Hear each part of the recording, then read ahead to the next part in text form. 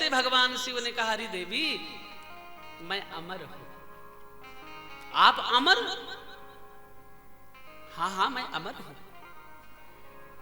प्रभु आपने ऐसी कौन सी औषधि पान कर ली जिसके प्रभाव से आप अमर हो गए? तब भोले बाबा ने कहा कि मैंने अमर कथा सुनी, तब कथामृतम तप्त जीवनम। मैंने भगवान की अमर कथा सुनी, इसलिए मैं अमरत्व को प्राप्त हुआ। तो श्री हरि की कथा ही अमर कथा है। पार्वती चरणों में लेट गई, बोले प्राणनाथ अब मैं आपको नहीं छोड़ना चाहती, नहीं त्यागना चाहती, इसलिए आप भी मुझे अमर कथा सुनाइए। दोनों भोलेनाथ मैया पार्वती कैलाश पर्वत से सीधा चल करके अमरनाथ की गुफा में प्रवेश किए। अमरनाथ की गुफा में आज अमर कथा आरंभ हुई। और ऐसी घटना आती है, ऐसी कथा आती है कि जब भगवान स्वधामम गतः, जब भगवान अपने धाम को गए, साकेत धाम जब प्रभु पधारे, तो श्री किशोरी जी ने अपने अपने कक्ष में एक पिंजड़े में तोता को रख लिया था। बोलो राधे राधे।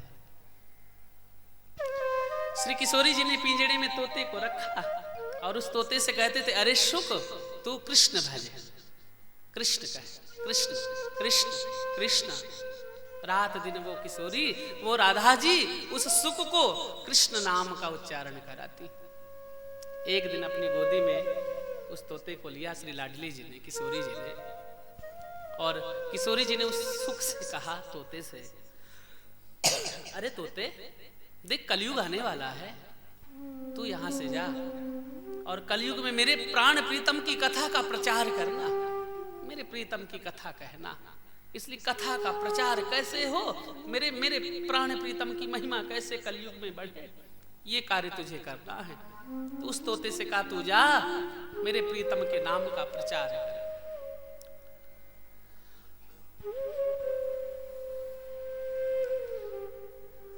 तोता आया, फूटे हुए अंडे के रूप में परिणित हुआ। पार्वती जी बैठ करके कथा सुनी, फूटा हुआ अंडा था। अमर कथा भगवान शिव ने कही। जैसे भगवान भोलेनाथ ने अमर कथा कही, अमर कथा के प्रभाव से वो जो फूटा हुआ अंडा था उसमें प्राण आ गए, छोटा सा सुख सावक बन गया, छोटा सा तोता बन गया। संपूर्ण श्रीमद् भागवत की कथा सुखदेव जी ने भगवान शिव के श्रीमुख से सुनी। और जैसे कथा सुनी तो पार्वती जी को बीच में नींद लग गई। तो पार्वती जी जब कथा पूर्ण हुई तो बोले प्राणनाथ मेरी तो आंख लग गई थी, मैं तो सो गई थी, थोड़ी एक प्रसंग को दोबारा से कहिए ना। तो उस समय भी वो तोता हुंकारी भर रहा था, हूं हूं हूं हूं हुंकारी भर रहा था। जैसे तोते की तरफ भोलेनाथ की दृष्टि गई, आज त्रिशूल लेकर के भगवान भूतनाथ तोते को मारने के लिए दौड़ पड़े। वो तोता अमरनाथ की गुफा से कैलाश पर्वत होते हुए बद्रीनाथ पधारा, जहां पर वेद व्यास जी कुटिया बना करके रहते थे। उनकी पत्नी जिनका नाम बिटिका, उनकी अर्धांगिनी शूर को अर्घ देने आई। उसी समय जम्हाई आई, छोटा सा सुख सावक मुख में प्रवेश कर गया। व्यास जी की पत्नी के गर्भ में वो सुख प्रवेश कर गया। भोलेनाथ आए, चोर चोर चोर चोर, व्यास, अरे व्यास जी तुम्हारे घर में मेरा चोर घुस गया। भोलेनाथ जब ऐसा कह रहे थे तो व्यास जी बड़े चतुर हैं। व्यास जी ने कहा, हे प्रभु आपकी चोरी करके आदमी क्या करेगा? भूत प्रेत पिशाच आपके गण हैं, इनको कौन चुराएगा? आपके गले में सर्पों की माला है, कानों में बिच्छू है, बताइए इनको चुरा करके कौन क्या करेगा? तब भोले बाबा ने कहा, नहीं नहीं मेरी कथा चोरी हुई। बोले प्रभु यदि आपकी कथा चोरी हुई तो वो कथा तो अमर कथा है ना? बोले हाँ। तो बोले यदि अमर कथा है तो कथा सुनने के बाद तो वो तोता भी अमर हो गया होगा। बोले बाबा ने कहा, हे भगवान मैं तो भांग के ही नशे में बैठा रह गया। 12 वर्ष तक वो बालक मां के गर्भ में रहा। सुखदेव जी को भोलेनाथ आशीर्वाद देकर के अपनी गुफा पधारे पार्वती के साथ पुनः। 12 वर्ष के बाद बालक ने जन्म लिया। भगवान की माया ने नहीं स्पर्श किया, इसलिए सुखदेव जी बिना यज्ञोपवीत संस्कार के ही जंगल पधारे। पुत्र मोह जगा, क्योंकि कई वर्षों के बाद बेटा हुआ था बुढ़ापे में व्यास जी के यहाँ पर, इसलिए बेटा बेटा बेटा बेटा पुत्रेति तन्मयतया तर्वोभिनेदुस् स्तम सर्वभूत हृदयम मुनिमानतोष्मि। बेटा बेटा बेटा बेटा कहते हुए व्यास जी पीछे पीछे, और सुखदेव जी के बदले वृक्षों ने उत्तर दिया। ऐसे सर्वभूत हृदय में रमने वाले ऐसे वीतराग संत शिरोमणि के चरणों में हम सब लोग वंदन करते हैं। व्यास जी, ये तो वीतराग संत है, इसलिए आप वापस हो जाइए।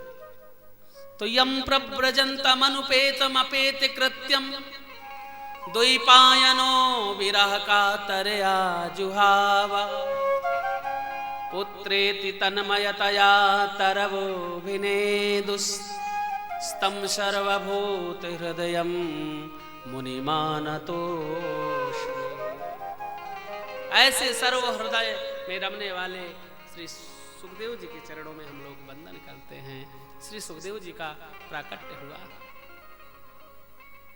सौनकादिक ऋषियों ने प्रश्न किया, गुरुदेव सुखदेव जी की आपने माधुर्यमयी कथा कही, लेकिन ये परीक्षित कौन है जिनके कारण सुखदेव जी कथा सुनाने के लिए आए? महाभारत का छोटा सा संक्षिप्त प्रसंग श्रीमद् भागवत में कहा गया। ऋषियों, कृष्ण कथोदयम, मैं महाभारत के विशाल कथा को नहीं कहना चाहता, केवल मैं वही कथा कहूंगा जिससे कन्हैया की कथा उदय हो जाए। भागवत का वक्ता भी आ गया, भागवत भी रच गई, भागवत का भी निर्माण हुआ, लेकिन अभी श्रोता नहीं आया। ऋषियों, जब महाभारत का युद्ध समाप्ति की तरफ जा रहा था, धृतराष्ट्र के 99 पुत्र मारे गए, 100वां पुत्र दुर्योधन भी मृत्यु के दिन गिन रहा था। यदा मृधे कौरव सृंजयाना वीरस्वतो वीरगतिं गतेषु ब्रकोदरा विद्य गदा विमर्शो भगनोरुदंडे धृतराष्ट्रपुत्रे। महाभारत के युद्ध में यदा मृधे कौरव सृंजयानाम वीरस्वतो वीरगतिं गतेषु, सभी भाई मारे गए, केवल दुर्योधन ही मृत्यु के दिन गिर रहा था। गदा विमर्शो, भीम दादा के गदा के प्रभाव से दुर्योधन की जंघा तोड़ दी गई थी। तभी गुरुपुत्र अश्वस्थामा, द्रोणाचार्य के पुत्र अश्वस्थामा आए और दुर्योधन से बोले, अरे मित्र, ये तेरी स्थिति किसने की? दुर्योधन ने कहा, मित्र, मेरे सारे भाई मारे गए, मैं भी मृत्यु के दिन गिर रहा हूं, लेकिन इन 5 पांडवों का बाल बांका नहीं हुआ। मित्र, मैं तेरे लिए क्या कर सकता हूं? बोले, अश्वस्थामा, यदि भीम की गर्दन मेरे हाथ में आ जाए तो मेरे प्राण अच्छे तरीके से निकल जाएंगे। देखिए, ये दुष्ट आत्मा की पहचान है कि स्वयं मृत्यु के दिन गिन रहा, मृत्यु नजदीक है, लेकिन अभी भी विनाश की स्थिति में उसका मन है। अश्वस्थामा ने कहा, मित्र, इसमें कोई बहुत बड़ी बात नहीं है। अश्वस्थामा पांडवों के शिविर में गया मध्यरात्रि में, जहां पर पांडव अपने बालकों के साथ सो रहे थे। सोते हुए पांडवों को जगाया। आज मेरे कन्हैया ने सोते हुए पांडवों को मध्यरात्रि में जगा दिया। अरे युधिष्ठिर, नकुल, सहदेव, भीम, अर्जुन, उठो, सोने लायक ही आपके लिए यहाँ स्थान नहीं, चलिए और कहीं सोइए। भगवान ने सोते हुए पांडवों को जगाया। उन्हीं 5 पांडवों के साथ उनके पुत्र भी सो रहे थे, उनको सोने दिया, क्योंकि जिसका रक्षक मेरा गोविंद है, जिसका रक्षक मेरा गोपाल है, उसका बाल बांका कौन कर सकता है। मध्यरात्रि में द्रोणाचार्य के पुत्र अश्वस्थामा आए पांचों पांडवों की बालकों की गर्दन काट करके ले गया। और दुर्योधन से कहा, देख मित्र, तूने भीम की गर्दन कही, मैं पांचों पांडवों की गर्दन काट करके लेकर के आया। वो पांडवों की गर्दन थोड़ो कटी थी, वो तो भीम का बेटा भीम जैसे था, अर्जुन का बेटा अर्जुन जैसा था। पांचों पांडवों के बालकों की गर्दन काट करके ले गया। दुर्योधन ने देख करके छाती पीटते हुए प्राण त्याग दिए। भोर हुआ। द्रौपदी नित्य की भांति अपने बालकों को दुग्ध पान कराने के लिए जैसे जगी, तो देखती क्या है, बिस्तर में धड़ है, गर्दन नहीं है। तो माता शिशूनां निधनं सुतानां निशम्य घोरं परिताप्यमान्।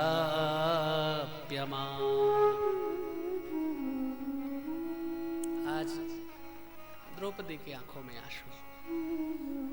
आप ही बताइए, किसी माँ से पूछिए जिसके 5 बेटे मार दिए जाए और अचरा जब सुबह भोर हो आंचल में ढक करके दूध पिलाने का समय आए, उन बालकों की धड़, शरीर से गर्दन नहीं है। कृष्ण की बहन लगती है द्रौपदी। ठाकुर ने अपना नाम दिया, कृष्णा नाम दिया।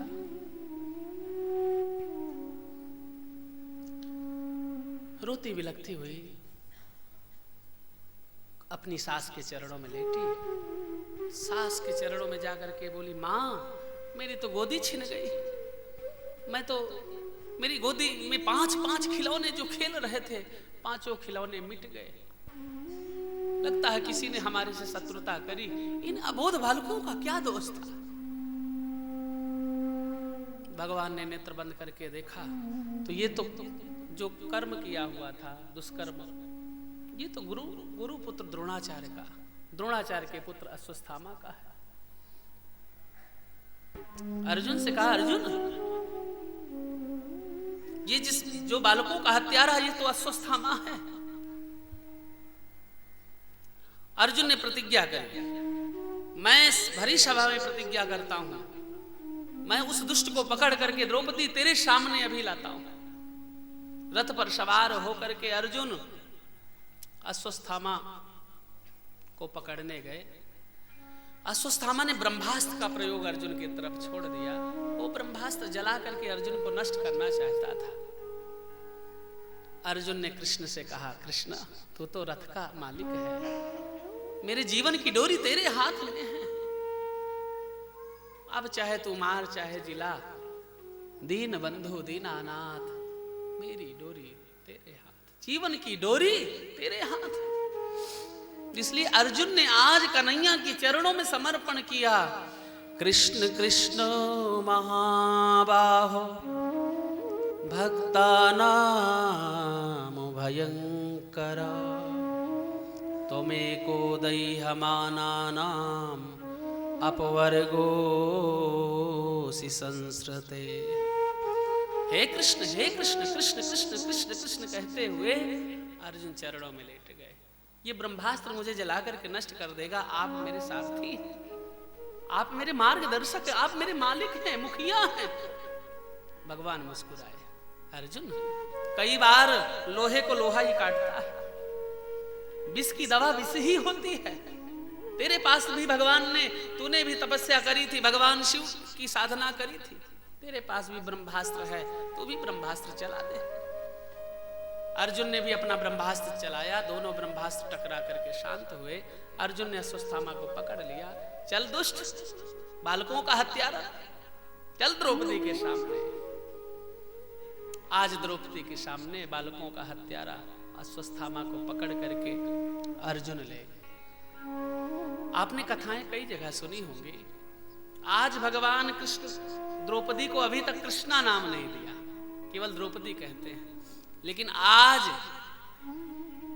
न्यायपीठ पर द्रौपदी को बिठाया मेरे ठाकुर ने। न्यायपीठ पर बिठाने के बाद सामने मुलजिम है।